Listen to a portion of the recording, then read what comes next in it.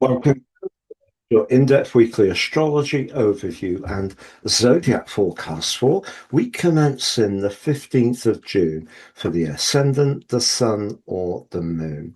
Going to share the big themes of the week ahead first of all.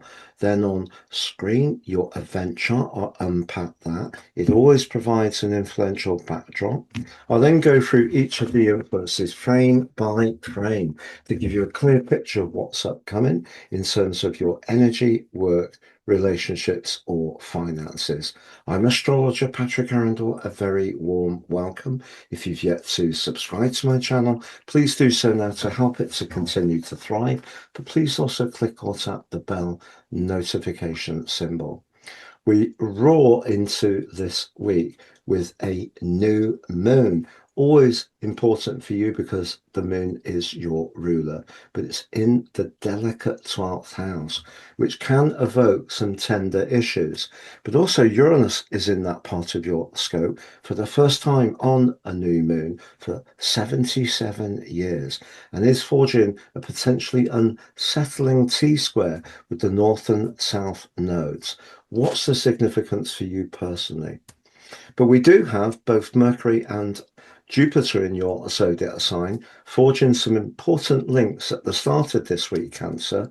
But then Chiron, the so-called wounded healer, moves into the part of your scope to do with friendship, your long-term plan, and how you interact with people socially. But it is on Sunday when we have the solstice. Now, depending on where you are in the world, in the north, it is the summer solstice, and it's very much linked to Mediterranean culture astrology. So it does usher in Cardinal Quadrant 2. And that brings a backdrop energy for the next 13 weeks because Western tropical astrology is predicated on the seasons. So it's a chance for all of us to think about nurture, our sense of security and protectiveness as the sun returns to your sign. But for you, it's a great chance to fire up your energy, move into the moment more, and drive your plans forwards with gusto. On the screen now is your event chart as we come into the week. So there's that new moon that's forging later on Monday.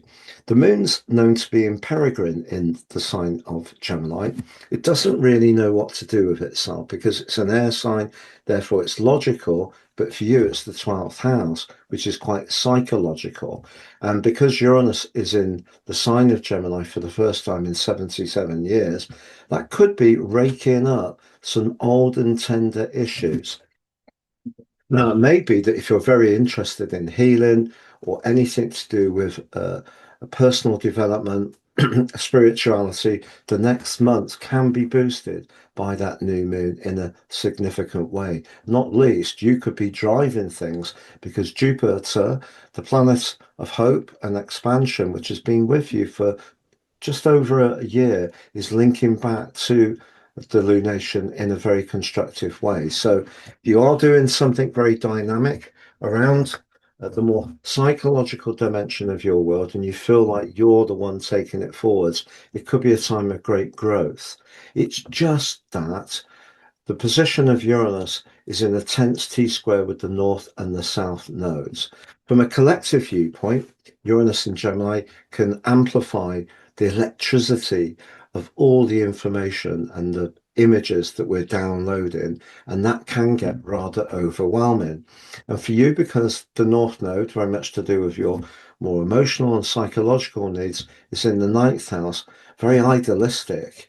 And then you've got the South Node, very much to do with our physical well-being, in the third house. So if you have some conversations between now and the 26th of July, when the nodal axis switches, that do bring up and into the open differences of opinion, philosophies, or where you just feel that you're giving everything to a situation and all it's doing really is creating stress, which is very possible with Uranus in the 12th house and the amplification that comes from this nodal axis, you may think that something needs to start again, and that would be entirely understandable. But what we do have in your zodiac sign is Mercury at the start of the week in one very strong link and one more challenging one.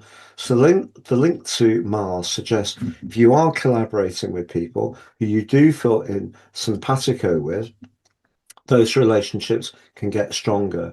But I think also you may, if you're not really enjoying where you're working, see Mercury in that square with Saturn, which really was very powerful last week. There may still be some fallout from that. But what you do have in an extremely positive way this week, Cancer, is Venus has moved into the part of your scope very much to do with money, but also the enjoyment of the good things in life.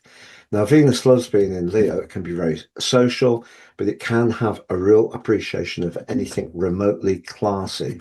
Now, that could be items, something you can be drawn to buy, or it could be what you are drawn to eat.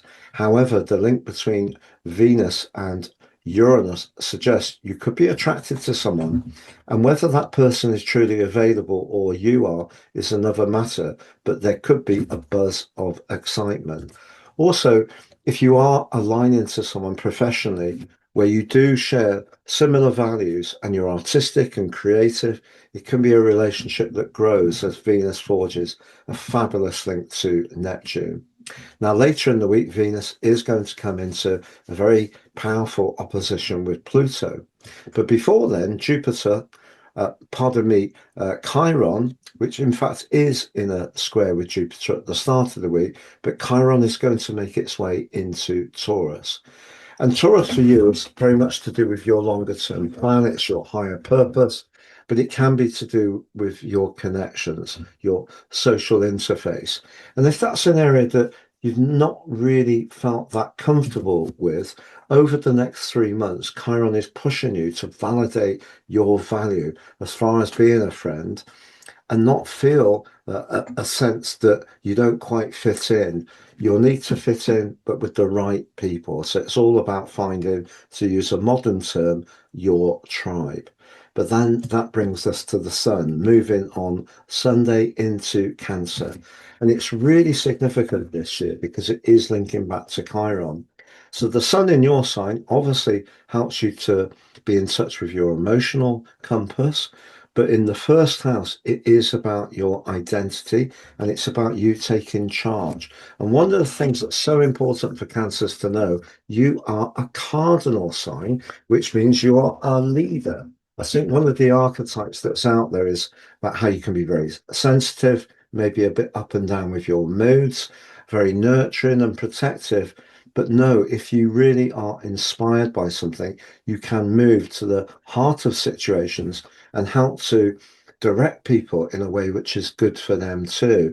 So there may be around those friendships that are going to emerge over the next 3 months, even if it's not obvious now. Some new alliances may develop in a spectacular way over the next 3 months, and I'm really excited about that for you. But just one note, Venus and Pluto are coming into that opposition around about Friday. You do find yourself encountering someone who's just got a kind of an aura about them that maybe you're not quite sure of, but you can't quite stop thinking about them. Venus Pluto aspects can create obsession, but they can also create a dazzling connection or attraction. But if it's a financial matter or a romantic interest, just be aware of what the motives are on each side, because with Venus in the mix, particularly in the show off sign of Leo, someone can absolutely lather you with flattery in order to get what they want from the situation. But if you're wanting something different to them, that can be an issue. I'm going to summarize the 4 areas of energy: work, relationships, and finances next, Cancer. But just to say, slashed the price on my personal horoscope reports. For many years, it was buy two, get 30% off. Because of the cost of living increases, trying to do my bit to help. You buy one and you get three for the price of one. The one you pay for is your life roadmap report. It breaks down our character into components. We can understand each component better from it, and that helps us to make better decisions future forwards. Free, your 12 months transit forecast, totally unique to you. which can help us to time our moves over the next year as well as possible. And finally, 3, your draconic soul karmic analysis, which helps us to look at astrology, life, and ourselves in a very different and potentially profound way. Please see the link below for more. If you've yet to watch your Gemini new moon deep dive forecast, please see that on the screen. If you've yet to watch your Jupiter no more blockages video, that's on the screen. If you'd like to work with me one-to-one, it'd be an absolute pleasure. Please see my testimonials below. And if you've yet to take advantage of your free daily written horoscope, find your device each morning for your early day celestial pit stop. Please see that below too as well. So as far as energy, if you're someone who's very accepting of your vulnerability and sensitivity, I think you can embrace this new moon fine. If you're someone who maybe doesn't find that so easy, I think what can happen with Uranus being in the mix and its energy towards the north and south nodes is something that's quite tender, could get a bit amplified and could feel a bit overwhelming. What I would say to you, Cancer, the more you can just accept that we're all quite vulnerable beings. Don't let a fear of being open about some tender spots stop you from connecting to the right people. And it could be a week of real growth. When it comes to your professional situation, that Neptune at the top of your chart stands out like a beacon. It's saying to me that if you're a creative, you're very imaginative, you use flair, you work with film, you have your own channel, video, photography, music, you can absolutely be soaring at the moment. But if you're doing something that requires you to work in an environment which is much more structured and a bit inhibiting, and it's not very understanding of things like if we're feeling less than 100% or we need time off or for childcare, you could be thinking very carefully whether you want to be in that role very much longer. As far as finance is concerned, you've got a great chance to improve those with Venus in that second house. And maybe because Venus can also be about romance, some lovely connections this week too. Maybe also through your work, but there could be a very intense connection that builds up to a peak on Friday. But if you are in a relationship where you're not really enjoying it and you don't feel that your values are very aligned, a 12th house new moon, particularly with Uranus in the midst, could be a time when you're thinking about leaving that relationship. It's been a real pleasure being with you, Cancer. I do hope you have a great week. Thank you so much for joining me and look forward to seeing you again soon.